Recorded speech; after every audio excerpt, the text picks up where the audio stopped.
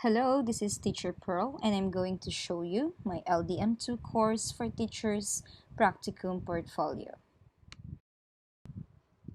This is my first page with picture and position.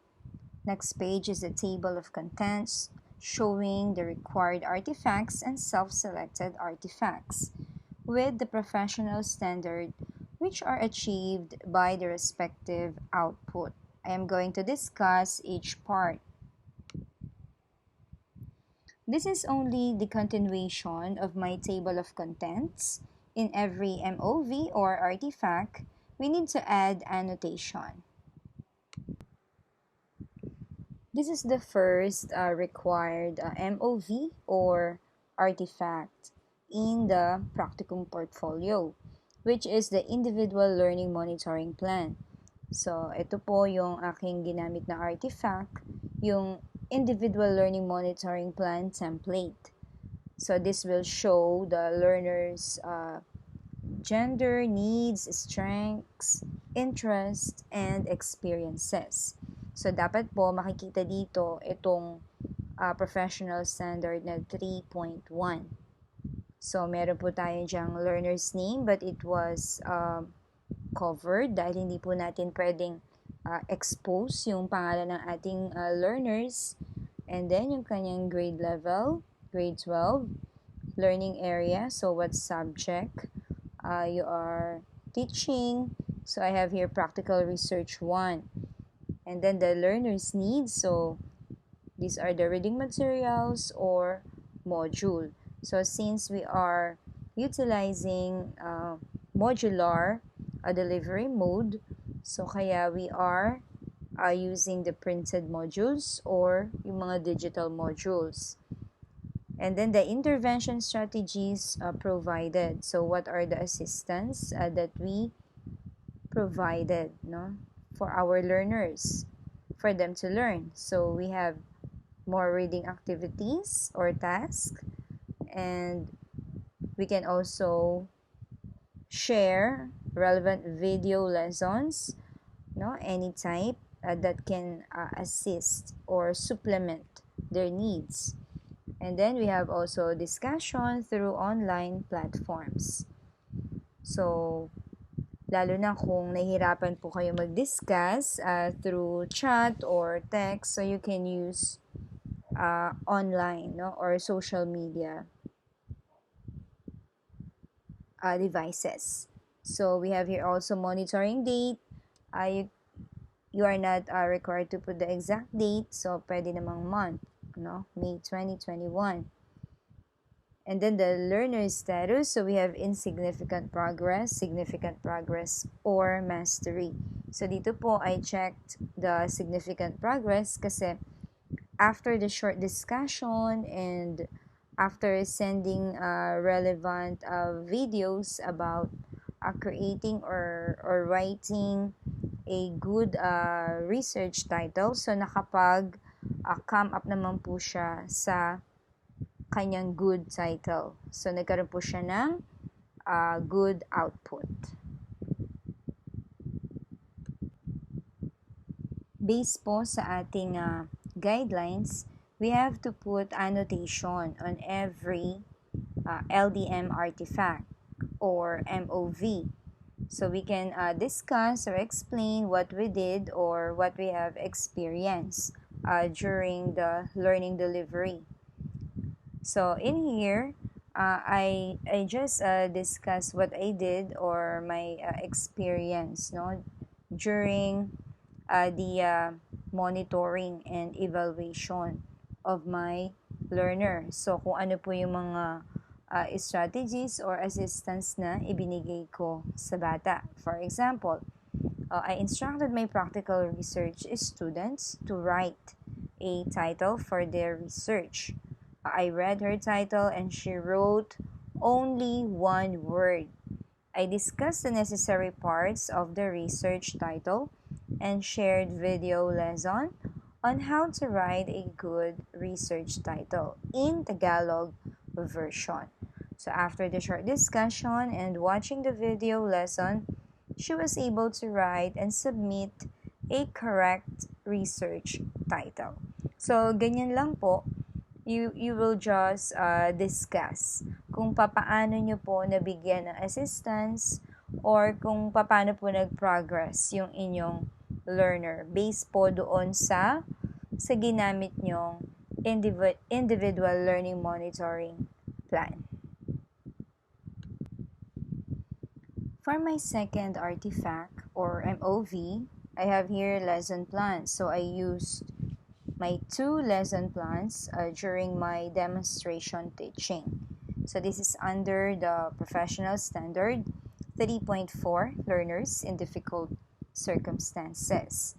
So my first lesson plan is about questionnaire and interview questions. And then for my second lesson is the plagiarism and paraphrasing. This is my annotation on my 3.4 learners difficulties. Practical research subject required students to conduct interviews to gather data for their analysis and conclusion. However, the current threat to everyone's health prevented them to do physical interviews. So dito po I made adjustment since our goal here is to assist students or learners in their difficult circumstances since we are suffering from the threat of this COVID-19 pandemic. So I made adjustments on their performance task. So during their interviews, so they cannot interview their respondents physically or face-to-face. So that's why I decided to teach them on how to create Google form for their questionnaire. So I instructed them to create Google Forms to avoid physical contact with their respondents or participants. So they will conduct research interview using online platforms. So this output enhances the learner's ICT skills as well. So hindi lang po natin na-adjust yung kanilang performance task to ease the burden during the pandemic. Also, this activity, the creating of a Google form, enhances also their soft skill. Another professional standard is 4.1, planning and management of teaching and learning process. So before I make my lesson plan, so I am checking the learning competency. So I need my activities to be aligned sa ating MELCs. So if the activities in the modules are not appropriate with the learning modality, so I am making adjustment. So katulad po nung ginawa ko before, ito po inattach ko po uli yung Google Form. So nagamit ko po siya uli dito since it is part of my lesson plan and it is also an example of management of teaching and learning. So kasi nga po nasa pandemic po tayo, so gumagawa po tayo ng mga adjustment sa ating mga activities. So and also naisip ko rin po siyang mag-supplement ng relevant video. So another idea po so that the step-by-step process of interview ay makikita po talaga ng mga bata. So kaya lang po hindi nga po lahat merong access sa internet. So ang mga kapanood lang po is yung may wifi or pwede naman po silang magpa-load kung meron po. So hindi ko naman po nila-require lahat na manood ng video. So kung sino lang po yung may access. So Ayan po yung example ko ng aking 4.1, no? Another lesson plan and a video lesson. Again po, naglagay po ako ng annotation for that artifact. So, diniscuss ko rin po uli kung bakit yun po yung aking ginamit na artifact. And then, so I also checking the needed indicators, no, from the observation list. Kasi nga po, yung mga lesson plans ko, ayan po yung mga ginamit ko sa aking demonstration teaching. So, I am also checking the indicators needed from the IPCRF. So, para po ma-meet ko rin naman po yung mga hinahanap sa IPCRF. So, yun po yung mga examples ng artifacts na ginamit ko for that professional standard. Ito naman po yung mga outputs ng aking mga learners based sa Professional Standard 4.2, Learning Outcomes Aligned with Learning Competencies. Since ang ginamit ko pong performance test nila is the construction of a questionnaire using Google Forms, so nakapag-construct na po sila ng kanilang mga questions using Google Forms.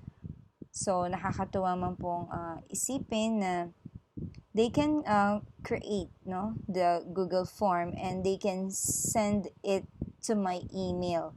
So, yung iba naman pong hindi masyadong familiar sa email, so pinapasend ko na lang po sa Facebook Messenger. This is the last artifact for lesson plans.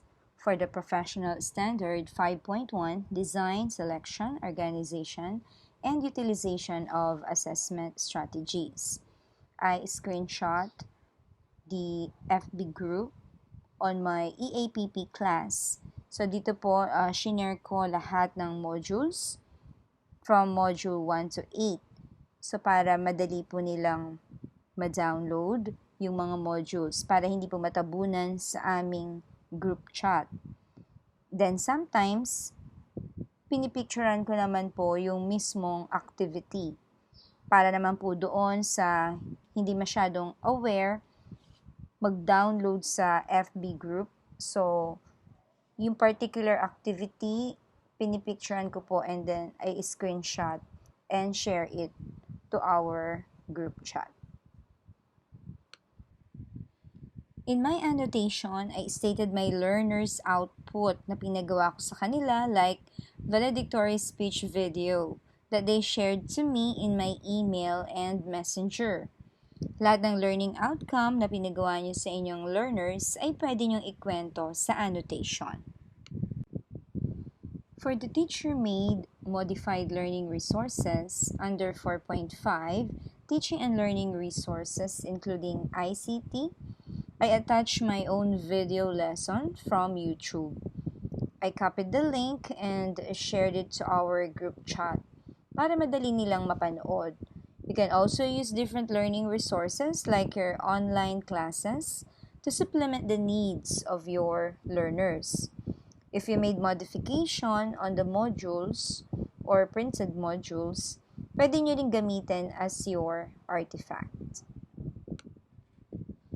For the MOVs on professional engagement with colleagues under the 7.3 professional links with colleagues, I screenshot the webinar on LAC or Learning Action Cell in school and district via Zoom or Google Meet. I covered their faces to keep them from exposure. Medyo matrabaho kasi isa-isa kong nilagyan ng sticker. Pwede rin yung naganap sa school as long as there is social distancing. To fully implement the modular learning delivery, school head and teachers participated in the online synchronous learning action cell session to discuss the learning modality, course, for teachers. So there are also various programs and projects were being discussed via Zoom or Google Meet to achieve the requirements and goals of each department. This time you have to check your previous developmental goals. You can attach certificates from your participation in any professional development activities. Example, your goal is to enhance your ICT skill. Your MOV is your certificate when you attended related seminar or training. We have attended many trainings like MS 365 or Microsoft 365 and the like. Marami tayong choices dahil hindi lang isa ang goal natin. In my annotation, nilagay ko yung mga trainings na nagamit ko sa pagtuturo ko at kung paano ko ito na-apply sa teaching and learning process. The last required artifact is the reflective summary under 7.4 Professional Reflection and Learning to Improve Practice. Dito ako nag-share ng personal and professional improvement ko like writing learning delivery modules and evaluating modules written by my colleagues. Kung paano nakatulong ang training sa pagsusulat ko ng mga modules at pag-evaluate. You can also narrate your experience during this COVID-19 pandemic while implementing the modular delivery mode. Reflect your effort as a teacher in achieving your professional developmental goals. Dito na po tayo sa self-selected artifact or MOV. So, MOVs on engaging learners for their progress and achievement. Under a Professional Standard 5.2, Monitoring and Evaluation of Learner Progress and Achievement, and 5.3, Feedback to Improve Learning. I attached the screenshot of communication with my students kung paano kayo nagko-follow up using different strategies like chat, call, or home visitation. Hindi ko na po in-attach yung home visit ko before dahil nagamit ko na po siya sa ibang MOV, pero pwede nyo pa rin po siyang i-attach kung meron. Sa feedbacking naman po, sometimes I gave feedback to parents when they visited the school. I put comments on their output if they did not meet the required standard, but they still receive points for the effort they extended or for the effort they exerted. So I use appreciative words like very good and keep up the good work, etc. Another self-selected artifact is the MOVs on engaging key stakeholders in the teaching-learning process. Under Professional Standard 5.4, Communication of Learner Needs, Progress, and Achievement to Key Stakeholders. Dito po included na ang parents or guardians. This artifact shows agreement between the teachers and stakeholders. We negotiate with them regarding the status of the student who was at risk of failing. I also included in my annotation the distribution of tablets to the students. The LG provided tablets to help them in their learning needs. Marami sa aming students ay walang gadgets, kaya napakalaking tulong para sa kanila ang tulong ng LGU. Lahat ng modules ay uploaded na sa tablet, kaya madali na nilang masasagutan ng mga activities sa modules. Okay, this is the last self-selected artifact, MOVs on engaging key stakeholders in the teaching-learning process. Under 6.2, engagement of parents and the wider school community in the educative process. We conducted Oplan Sagip, spearheaded by our school principal, for those students who are at risk of failing and dropping out. We visited the barangay offices and asked for their support. Yes, for my last annotation, I stated what happened during our visit to every barangay offices. Pwede nyo rin attach other community projects na ginawa nyo para makatulong sa mga pangangailangan ng mga mag-aaral. Thank you for listening.